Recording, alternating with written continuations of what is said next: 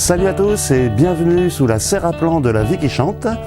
Aujourd'hui dans cette vidéo, on va parler d'une autre technique de semis. Après avoir vu les semis en terrine, les semis en châssis, eh bien nous allons voir un peu le semis en motte pressée.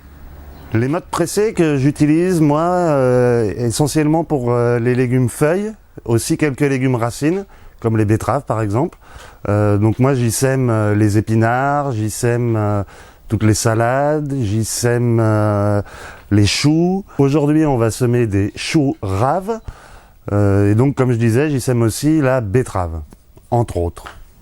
La motte pressée a quand même des gros avantages, hormis le fait qu'elle consomme quand même un peu beaucoup de terreau. Elle nous permet de semer finalement directement dans les petites mottes et de pouvoir les laisser à l'abri au chaud, comme ça on prend de l'avance sur la culture, ce qui nous permettra d'avoir des plants suffisamment développés à mettre au printemps et qui auront de l'avance du coup sur la mauvaise herbe, hein, parce que vous allez voir que au printemps tout va pousser et moins on aura à désherber, mieux ce sera.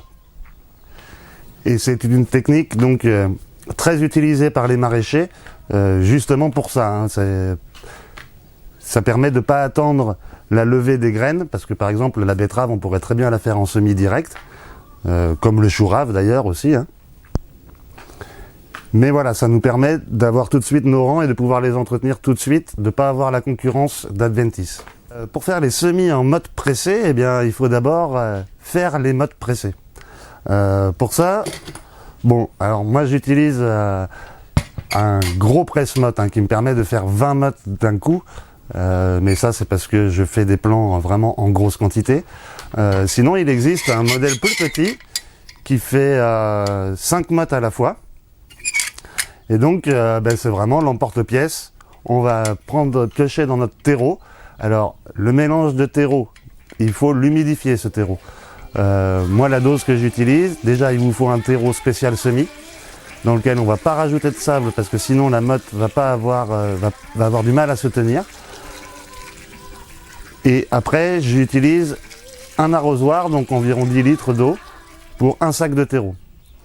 Un sac de terreau qui me permet de faire 30 barquettes de 20 plants, ce qui nous fait donc, de pouvoir faire 600 plants avec un sac de terreau.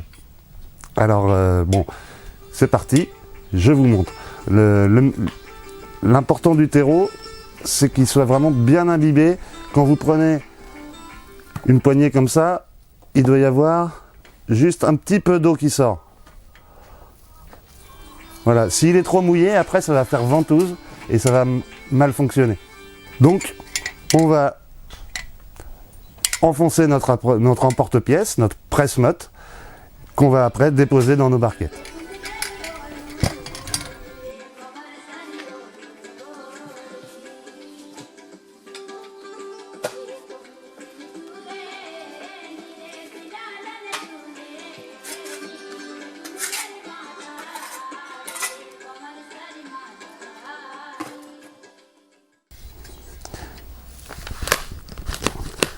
Donc vous voyez, il faut quand même bien tasser.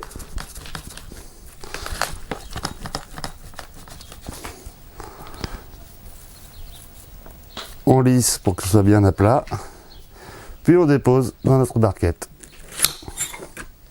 Et ainsi de suite.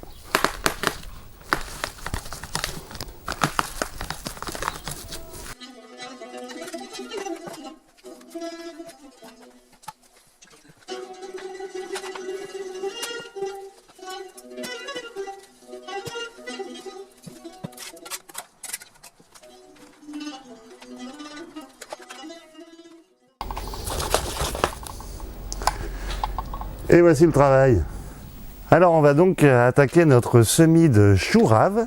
Le chou rave est donc un légume racine que l'on sème donc si possible en lune descendante un jour racine, car c'est un chou dont on consomme la rave qui va nous faire une grosse boule qu'on pourra manger râpée, poêlée. Nous on l'a conservé, on en a encore des bocaux à la maison, on l'avait râpé, cuit vite fait dans une saumure d'eau et de sel, puis stérilisé. Le chou rave, qui est donc de la famille des crucifères, comme le navet, comme le radis, comme toutes les variétés de choux, aussi comme le colza, hein. Donc c'est pas toujours avoir un avantage d'avoir du colza à côté de chez nous, rapport aux parasites.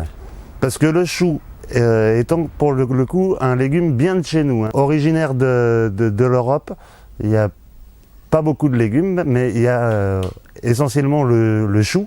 Donc le problème, c'est qu'on a un peu tous les parasites qui vont avec. On a les altises, on a les limaces qui en sont friandes au printemps, parce que ça fait partie des premières pousses qu'on met dans le terrain.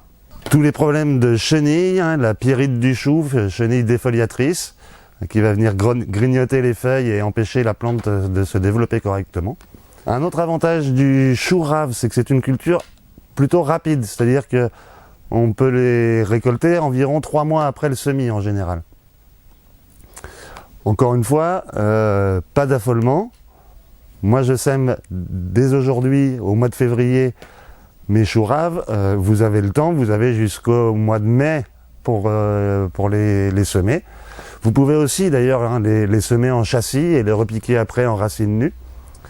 Mais voilà, pas d'empressement, je vous montre comment on fait, et puis après vous prenez le temps de faire en fonction de votre climat, de votre environnement, de votre équipement. C'est aussi un légume en termes d'amendement, c'est un chou donc qui est quand même assez gourmand, mais bon, la culture étant rapide, il n'y a pas besoin de trop. Moi je lui mettrais du compost.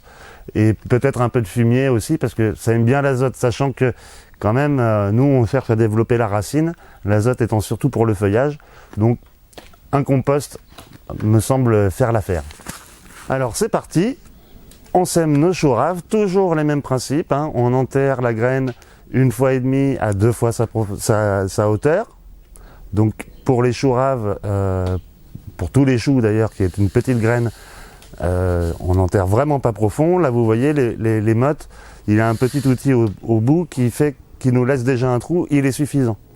Par exemple pour des betteraves il ne sera pas suffisant, donc là je prendrai un petit stylo ou un petit bout de bois et je viendrai agrandir un petit peu, approfondir mes trous.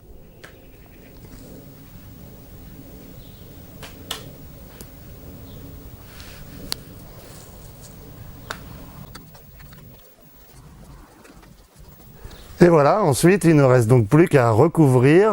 Bon ben là vous voyez, je rajoute, vous allez voir, je rajoute même pas de terre. J'ai juste à recouvrir comme ça avec les doigts, reboucher les trous et tasser tranquillement. Ensuite, eh bien, il nous restera forcément, comme d'habitude, à arroser et étiqueter. C'est important. Surtout si là aujourd'hui je viens de semer donc du chou rave Blaril, du chou rave Logo, je vais semer de la betterave à côté. Alors je différencierai la betterave facilement des choux, mais entre le chou Blaril et le chou Logo, on fera pas la différence avant la récolte. Alors voilà, j'espère que cette vidéo vous aura intéressé et vous aura apporté quelque chose. Si c'est le cas, ben, comme d'habitude, n'hésitez pas à nous le montrer en mettant un petit coup de pouce, en vous abonnant, en activant les notifications pour recevoir les nouvelles vidéos, et pourquoi pas en partageant aussi si vous pensez que ça pourrait être utile à certaines de vos connaissances. Dans tous les cas, on se retrouve bientôt pour le fameux premier tour de champ de l'année 2023, où on fera un peu le tour du jardin, on fera le tour des plants, des travaux à faire, etc. etc. Donc d'ici là, restez à l'écoute, il y a la vie qui chante. Allez, salut la bise!